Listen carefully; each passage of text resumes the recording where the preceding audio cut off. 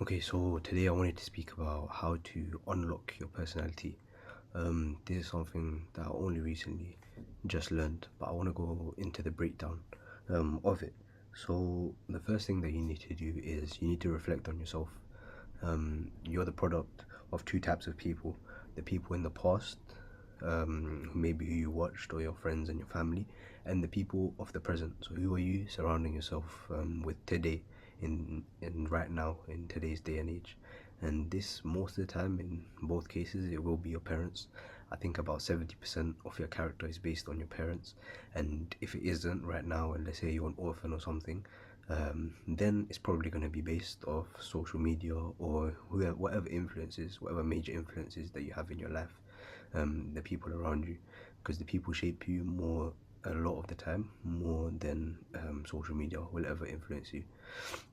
So I just want to say the first point is to have some self-reflection, because when was the last time you even thought about why you make the decisions that you make? Maybe you're hot-headed. Why do you get angry so easily? Is it a trait from your father? Is it a trait from your mother? Why do you have certain trauma responses? Because identifying those issues are the first way to actually make some development.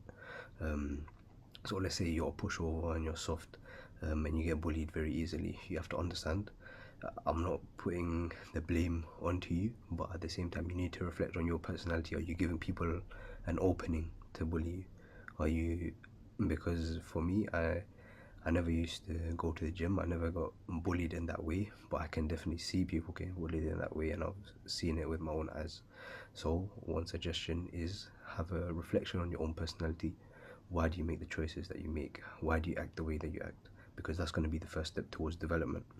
Now, once you've identified your own weaknesses in your personality and your own strengths, you need to develop them.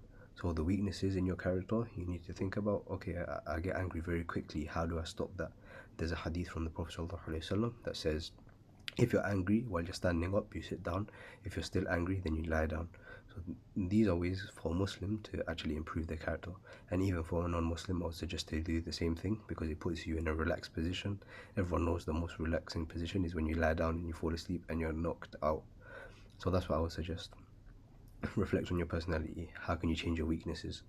The second thing is, how do you attack your strengths? How do you make your strengths even better? So the first thing that I would do to make my strengths better is look for a way to develop them. If you find something that you enjoy, if you enjoy maybe a sports, I was into volleyball for a while. If you enjoy volleyball, what do? First of all, you learn as much as possible. YouTube is there for a reason. Social media is the World Wide Web interconnects you with so many people around the whole world.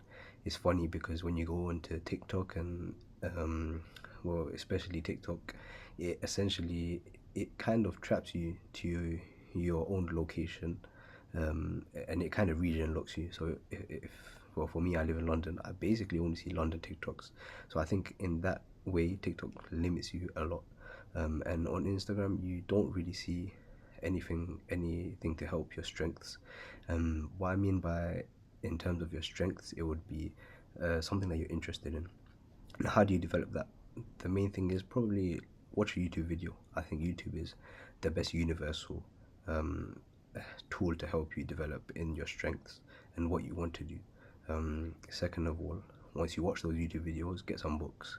Some books are probably the best way to keep the memory, keep the information that you learn. I find with a YouTube video, the information, it comes in and out very quickly unless I write it down. That's the only way to keep that information in my head. But with a book, you're doing more active reading, so it stays in your brain a lot better. That's in terms of learning. Now, you focus on your weaknesses, you focus on your strengths. These are the way that you're going to develop your personality. And the next thing that I would say is that this contributes to your personality as a whole. You're going to become a more knowledgeable person. With knowledge comes responsibility. Now you have a responsibility to maybe teach the people, and that's when you get a bit smarter in your field that you want to learn at. because teaching the people is the best way for you to retain that information. When you teach people, you essentially centralize your ideas, and you distill it down, and you distill it down, and you distill it down, until someone very stupid, very like a child, can understand it. And if a child understands it, that means you can explain it very well, especially when it's complex topics. And this is coming from my background as a maths teacher. So yeah, if you're able to do that, then I think you're gonna conquer your field and you're gonna become better in your personality. But the main thing that I would say is start on your weaknesses, because your weaknesses are what people see in you. Yeah, that's all for today. That's what I wanted to speak about. How do you unlock your personality?